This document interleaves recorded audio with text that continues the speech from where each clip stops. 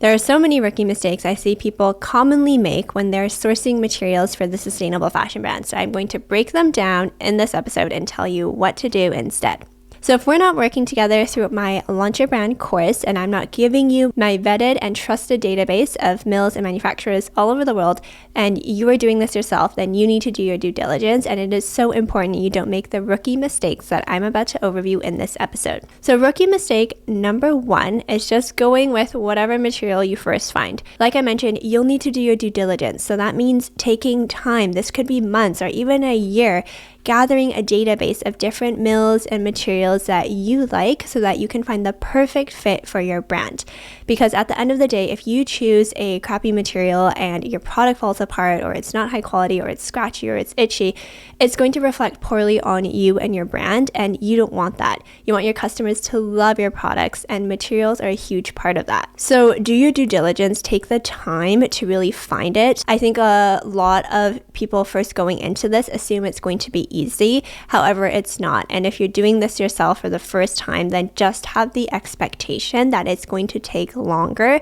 And you also just want to make sure you do your due diligence. And what I mean by that is ensuring that the certifications check out, ensuring that the material is high quality and will withstand time. Like, it's really important you do that and you check all your boxes, because like I mentioned, if something happens, it reflects poorly on your brand, not on the mill, because the customer is not going to think about like, oh, you know what, this material isn't great and it's actually the mill's fault. No, they're going to say it's your fault, right? So it's really important this doesn't reflect poorly on your brand. So in other words, this is a numbers game. So you want to make sure you get a wide range, cast a big net, like I always talk about, and then see what your options are. And when it comes to deciding the material for your garments, I would say another rookie mistake is that people tend to pigeonhole and have like a very certain idea, like, oh, I want to use silk, or I want to use hemp, or whatever it is. But I would say be open, because there's a lot of innovation nowadays, and certain materials that might have a connotation of being scratchy or might have a reputation for being silky or smooth or whatever it is, like lots of things have changed. And so I would keep an open mind.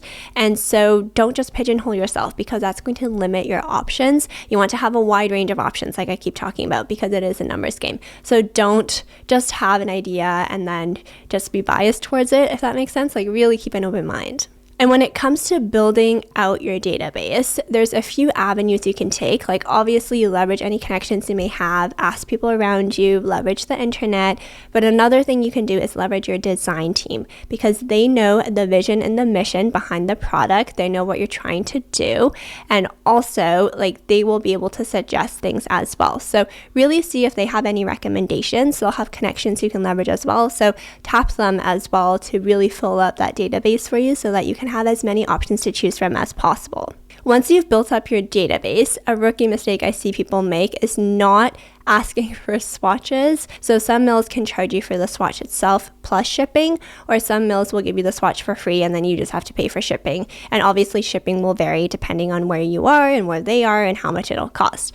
However, lots of people tend to skimp out of that or cheap out on that, and I think this is such a rookie mistake, because you don't want to go with a material if you've never touched it, you've never tested it out, and things might surprise you, like I mentioned towards the beginning of this episode. Like, there's so many innovations out there nowadays, so you would really be amiss if you were not testing things. So request swatches, and you can just send them an email, or you can call them, or place an order on their website even. But it is so easy to do nowadays, and it is a rookie mistake not to have as many options as possible. And another rookie mistake I commonly see is that when people get swatches, they don't thoroughly test it. And this is really unfortunate, because you've spent the time and the money now to get the swatches, and you want to make sure you do a thorough job. People usually touch it, they feel it, they stretch it out, and they kind of see if they can envision the product being made out of the material. And it kind of ends there. But I want you to take it one step further, and I want you to, really play with it, knock it around. I want you to wash it as well. So wash it by hand, put it in the washing machine, even if it's like a silk or something delicate, because you never know, like a customer will read your care instructions and then do something else. So you just want to know what happens, and just be rough with it and see what happens. Like really thoroughly test every single swatch or every single material you have to make sure you're comfortable with the quality and the durability of it. Because again, if something happens to your product, it's on you and your brand. So you really want to make sure you are thorough here. And so you're getting swatches, you're testing out the fabric, you're starting to narrow down the mill you may want to work with. And then some additional factors or some additional questions you can ask are as follows. Of course, you want to get a sense of pricing. You also want to get a sense of minimum order quantity or MOQ. You want to get a sense of lead times. Another thing too, a huge rookie mistake I commonly see, if you fall in love with a fabric, make sure you check with the mill. Like, is this something that you always have in stock? Or is it a seasonal drop? Or do you only have a limited amount of quantity and then once you're out, you're out? Like, really make sure you ask that before you fall in love with the material, because you can end up heartbroken and then you could just do it this one time, your customers love it too, and then you could just never get your hands on it again. So you want to be sure of that and just ask them about certifications, their processes, practices, all this stuff. And if you want more details on how to source a sustainable material and ethical manufacture, I cover this all in my How to Launch a Profitable Sustainable Fashion Brand Masterclass. It is absolutely free. I've contemplated charging for it because there's no fluff in there. Like, it's all the strategies you need to launch successfully, but it is still free. So you can access it at recloseted.com/masterclass. Highly recommend you just set aside like half an hour of your time to go through it, because this episode is kind of just the beginning and then we add on from there. And then last but not least, I wanted to talk about a rookie mistake around certifications. So a lot of the times people assume that if someone doesn't have a certification, there's something fishy going on.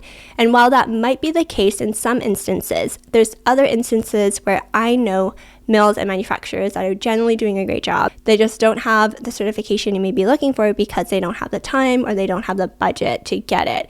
And so it's not necessarily a red flag. Again, it's an invitation to dig deeper, and I talk about certifications a lot more in the video and the cards right now, so make sure you check it out. So in summary, do your due diligence, avoid the rookie mistakes that I have just outlined in this video, and go through my How to Launch a Profitable Sustainable Fashion Brand Masterclass. There's literally no excuse for you not to be successful. There are so many resources. I have a bajillion other Recloseted Radio podcast episodes you can listen to. Go through the masterclass. The world is your oyster. You just need to spend the time to dig through these strategies. So I look forward to supporting you in other Recloseted Radio episodes and in my masterclass. And together, let's transform the harmful fashion industry.